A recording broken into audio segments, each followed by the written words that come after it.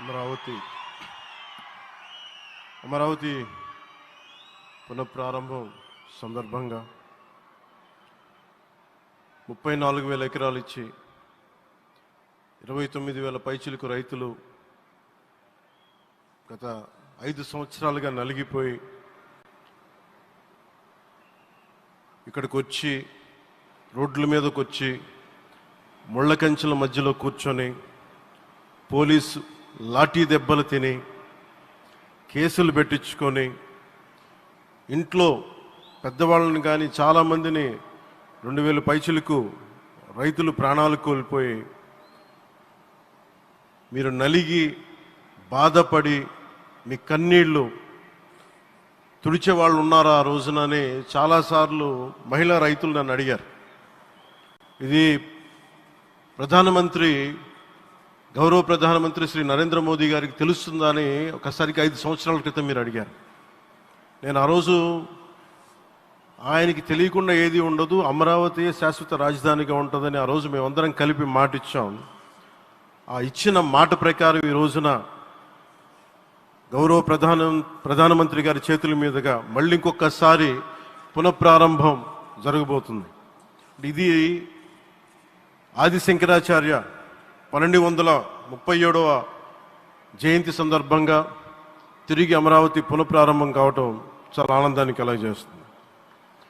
మనందరం 5 కోట్ల మంది ప్రజలకి సంబంధించి ఇది ఒక హబ్, ఇది సెంటర్, నర్వ్ సెంటర్. ఇది అంటే మనందరికి సంబంధించిన ఇల్లు. ఇది మనందరం ఎవరిని అడుగుతున్నామంటే ఒక ప్రధానమంత్రి గారు పూర్వం సన్యాసాశ్రమంలో ఉన్నప్పుడు ఆయనకి అనికేత్ అనే పేరు పెట్టారు.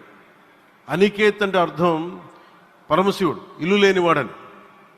అలాంటి ఇల్లు లేనివాడు, కుటుంబం లేనివాడు 5 కోట్ల మంది కుటుంబాలకు, 5 కోట్ల మంది ప్రజల కోసం, ఎన్ని కోట్ల కుటుంబాల కోసం మనందరికీ రాజధానిలో ఒక నగరం నిర్మించడానికి, ఇల్లు నిర్మించుకోవడానికి ఇల్లు లేకుండా 140 కోట్ల మంది ప్రజల బాధ్యత తీసుకొని కశ్మీర్ నుంచి కన్యాకుమారి వరకు, అక్కడ కామాఖ్య నుంచి ద్వారకా వరకు ప్రపంచమే, మన దేశమే తన కుటుంబంగా చేసుకుంటూ ఈ భారతదేశమే తన ఇల్లుగా చేసుకొని తిరిగి పునఃప్రారంభానికి విచ్చేసిన గౌరవ ప్రధానమంత్రి శ్రీ నరేంద్ర మోదీ గారికి మనస్ఫూర్తిగా మన అందరి తరపున, ఆంధ్రప్రదేశ్ ప్రజలందరి తరపున, అమరావతి రైతాంగం తరపున, ఆడపడుచుల తరపున వారికి చేతులెత్తి హృదయపూర్వక నమస్కారాలు తెలియజేస్తున్నాను.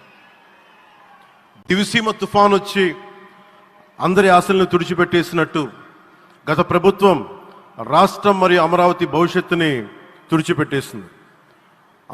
అమరావతి అంటే పరదాలు, సెక్షన్ 30, సెక్షన్ 144 మాత్రమే గుర్తుకొచ్చేలా పనిచేశారు. నువ్వు ధర్మం కోసం నిలబడితే ధర్మం నువ్వు నిలబడేలా చేస్తుంది అనే విధంగా ఆ రోజున అమరావతి రైతులు, రాష్ట్ర ప్రజలు ఈ ధర్మ యుద్ధంలో విజయం సాధించారు. రైతులు ఇచ్చిన 11,000 ఎకరాల భూమిని త్యాగం చేసి వారి సంకల్పం 33,000 ఎకరాల భూమిని త్యాగం చేసి వారి సంకల్పం ఫలితంగా ఈ రోజున ఆంధ్రప్రదేశ్ రాజధాని ఆవిర్భవించింది. అమరావతి రాజధాని పనులు పునఃప్రారంభమవుతున్న ఈ శుభ సందర్భంలో ముందుగా రాజధాని నిర్మాణం కోసం స్వచ్ఛందంగా ముందుకొచ్చి తమ భూముల్ని, పొలాల్ని ప్రభుత్వానికి ఇచ్చిన అమరావతి ప్రాంత రైతులకు, మీ త్యాగానికి గత 5 ఏళ్లుగా మీరు చేసిన పోరాటానికి శిరస్సు వంచి మీకు ధన్యవాదాలు తెలియజేస్తున్నాను. గత 5 ఏళ్లుగా రాజధాని నిర్మాణం నిలిచిపోయి రాజధాని తరలిపోతుందనే సమయంలో రోడ్ల మీదకు వచ్చి 5 కోట్ల ప్రజల తరపున రైతులు, మహిళలు, విద్యార్థులు చేసిన పోరాటం, మీరు పడిన అవమానాలు, మీపై పడిన గాయాలు ప్రతి ఒక్కటి మా మనసులో ఉంది. ఆ రోజున దివ్యాంగులను కూడా లాఠీ దెబ్బలు నా గుండెలు ఇంకా సజీవంగా ఉన్నాయి. ఆ బాధ మేము మర్చిపోలేదు, ఎవరిని మర్చిపోనివ్వలేదు. అందుకని దానికి సజీవ సాక్షి ఈ రోజున తిరిగి పునఃప్రారంభానికి గౌరవ ప్రధానమంత్రి గారు రాక, ఆ రోజున మహిళలు, విద్యార్థులు చేసిన పోరాటం, మీరు పడిన అవమానాలు, మీపై పడ్డ గాయాలు ప్రతి ఒక్కటి మనసులో ఉంది. మీ త్యాగాన్ని మేము మర్చిపోం. మీరు చేసిన త్యాగానికి జవాబుదారీగా ఉంటాం. బాధ్యతగా అమరావతి నిర్మాణం జరిగేలా సాయశక్తుల ఈ కూటమి ప్రభుత్వం కృషి చేస్తుంది. అమరావతి రైతుల త్యాగాలను హృదయపూర్వకంగా స్మరించుకుంటూ వారి ప్రతినిధులుగా ఇక్కడకు విచ్చేసిన రైతులకి నా ప్రత్యేక నమస్కారం. ఈ పోరాటంలో వారికి ప్రతినిధులుగా సన్మానం అందుకుంటున్న మహిళా రైతులు పాత్ర, ప్రత్యేకించి అమరావతి మహిళా రైతుల పాత్ర చాలా అభినందనీయం. మీరు ఎంత నలిగారు, మీరు ఎంత రోడ్ల మీదకి వచ్చారు. మగవాళ్ళు ఆపేస్తే ఆడపడుచులు బయటకు వచ్చి తిరిగి పౌరుషం చూపించారు, ఆంధ్ర పౌరుషాన్ని చూపించారు. మీరికి నా ప్రత్యేక అభినందన. వాళ్ళు చూపిన సాహసం, సహనం అందరికీ ప్రేరణగా నిలుస్తాయి. వేదిక మీద ఉన్న నా మంత్రివర్గ సహచరులకి, గౌరవ ప్రధానమంత్రి శ్రీ నరేంద్ర మోదీ గారికి, విజనరీ అయిన గౌరవ ముఖ్యమంత్రి శ్రీ నారా చంద్రబాబు నాయుడు గారికి, సోదరులు లోకేష్ గారికి, గవర్నర్ గారికి ప్రత్యేకించి నా హృదయపూర్వక నమస్కారాలు, ధన్యవాదాలు తెలియజేస్తున్నాను. అలాగే ఇతర సహచరులకు, సభకు హాజరైన వారికి, రాష్ట్ర ప్రజలకు కూడా నమస్కారాలు తెలియజేస్తున్నాను. ఇక్కడ రైతులు భూమిని మాత్రమే ఇవ్వలేదు, రాష్ట్ర భవిష్యత్తును నిర్మించే ఆశలను, విశ్వాసాన్ని ఇచ్చారు. కానీ 5 సంవత్సరాల్లో గత ప్రభుత్వం ఆ త్యాగాన్ని అవమానించింది. 3 రాజధానులు, అస్తవ్యస్త విధానంతో ప్రజల విఘ్నతని, అమరావతిని అగౌరవపరిచింది. ఈరోజు ఈ వేదిక నుండి మేమందరం మీకు హామీ ఇస్తున్నాం, అమరావతి మళ్ళీ ఒక ప్రపంచ స్థాయి సర్వశ్రేష్ఠ రాజధానిగా ఆవిర్భవిస్తుంది. అమరావతి ఒక ఆర్కిటెక్చరల్ జోన్, ఒక కాంక్రీట్ జంగిల్గా మిగిలిపోకుండా జవాబుదారీతనం, న్యాయం, ప్రజాస్వామ్యానికి ప్రతీకగా నిలవాలని ఆకాంక్షిస్తున్నాను. కేంద్రంలో రాష్ట్రంలో స్థిరమైన ఎన్డీఏ ప్రభుత్వం ఏర్పడిన కారణంగా అభివృద్ధి కార్యక్రమాలు వేగంగా సాగుతున్నాయి. మేనిఫెస్టోలో ఇచ్చిన హామీలన్నీ దశల వారీగా బాధ్యతాయుతంగా అమలు చేస్తున్నాం. కేవలం మ్యాచింగ్ గ్రాంట్స్ ఇవ్వని కారణంగా గత ప్రభుత్వం రాష్ట్రం కేంద్రం నుంచి పొందాల్సిన 1000 కోట్లు నష్టపోయింది. కానీ ఈ ప్రభుత్వం కోఆపరేటివ్ ఫెడరలిజం స్ఫూర్తితోటి, పరస్పర సహకారంతో పనిచేస్తున్నాం. రాష్ట్రంలో రహదారులు, రైల్వే, పారిశ్రామిక రక్షణకు సంబంధించి ఈ రోజున మన అమరావతి కాకుండా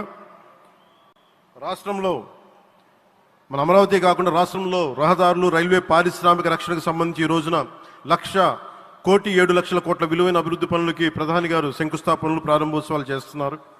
రాయలసీమలో గుంతకల్ రైల్వే, గోరంట్ల హైవే లాంటి వివిధ కార్యక్రమాలకు, ఉత్తరాంధ్రలో పిఎం ఏక్తా మాల్ లాంటి వివిధ పనులకు ఈరోజు శంకుస్థాపన, ప్రారంభోత్సవం చేస్తున్న ప్రధానమంత్రి గారికి నా హృదయపూర్వక కృతజ్ఞతలు. నేను అవనిగడ్డ ఎన్నికల ప్రచారంలో హామీ ఇచ్చిన దానికి అనుగుణంగా మనందరి ఆశలు మనకి ఆశించిన విధంగా నాగాయలంకలో మిస్సైల్ టెస్ట్ రేంజ్కి ప్రధానమంత్రి గారు ఈ రోజున శంకుస్థాపన జరగడం నాకు చాలా సంతోషంగా ఉంది. Now with Honorable Prime Minister Sri Modi ji and Honorable CM Sri Chandrababu Naidu garu, and together again Amravati will surely become a world-class capital, a 360-degree growth engine for all of Andhra Pradesh. Our youth will no longer have to leave for Bangalore, Chennai or Hyderabad. Soon Andhra Pradesh will create jobs for our people and attract talent from across the nation and the world. దీనికి అమరావతికి ప్రత్యేకించి ఒక వ్యక్తిని మనం స్మరించుకోవాలి. రాళ్లల్లో, రప్పల్లో ఒక మహానగరాన్ని చూసిన వ్యక్తి, ఒక 20 సంవత్సరాలు ముందుకెళ్ళి చూసిన వ్యక్తి. అలాంటి నాయకులు మనందరం కోరుకున్నట్టుగా ఆయన వెనంటే ఆయన ఉండాలి, ముఖ్యమంత్రిగా ఉండాలి అని మేము ఆశించిన విధంగా ఆయన ముఖ్యమంత్రి అయ్యారు. ఆయన సైబరాబాద్ అనే సిటీని ఎలా నిర్మించారో, ఎంత అద్భుతంగా రూపకల్పన చేశారో, అమరావతి అనే ఈ క్యాపిటల్ని కూడా ఆయన అపారమైన అనుభవంతో, ఆయన దక్షతతోటి, ఆయన గవర్నెన్స్ కేపబిలిటీ తోటి, అడ్మినిస్ట్రేటివ్ కెపాసిటీ తోటి ఇది అద్భుతమైన మహానగరంగా తీర్చిదిద్దుతుంది. ఇది ఆంధ్రప్రదేశ్కే కాదు, భారతదేశానికి తలమానికంగా అవుతుందని మనస్ఫూర్తిగా నేను ఆశిస్తున్నాను. అలాగే ప్రత్యేకించి ఈ రోజున మనం ప్రధానమంత్రి గారిని చాలా లోతుగా మనం అర్థం చేసుకోవాలి. ఈ రోజున కశ్మీర్లో దాదాపు 28 మందిని చంపేశారు. అలాంటి క్లిష్ట సమయంలో, రాష్ట్రం, దేశం మొత్తం యుద్ధం వైపు వెళ్తున్న సమయంలో, అలాంటి కీలక సమయంలో ప్రధానమంత్రి గారు ఇక్కడికి వచ్చి లోపలంత బరువు, గుండెల్లో బరువు పెట్టుకొని వేదన ఉండి కూడా అమరావతి రైతులు చేసిన త్యాగాలను మర్చిపోకూడదని చెప్పి ఇంత ఇబ్బందుల్లో కూడా ఆయనకు వచ్చినందుకు మనస్ఫూర్తిగా ఒక్కసారి మనందరం ప్రధానమంత్రి గారికి గౌరవ సూచకంగా మనందరం కృతజ్ఞతలు తెలియజేయాలి. The Pahalgam terrorist attack has been one of the darkest days for the entire country.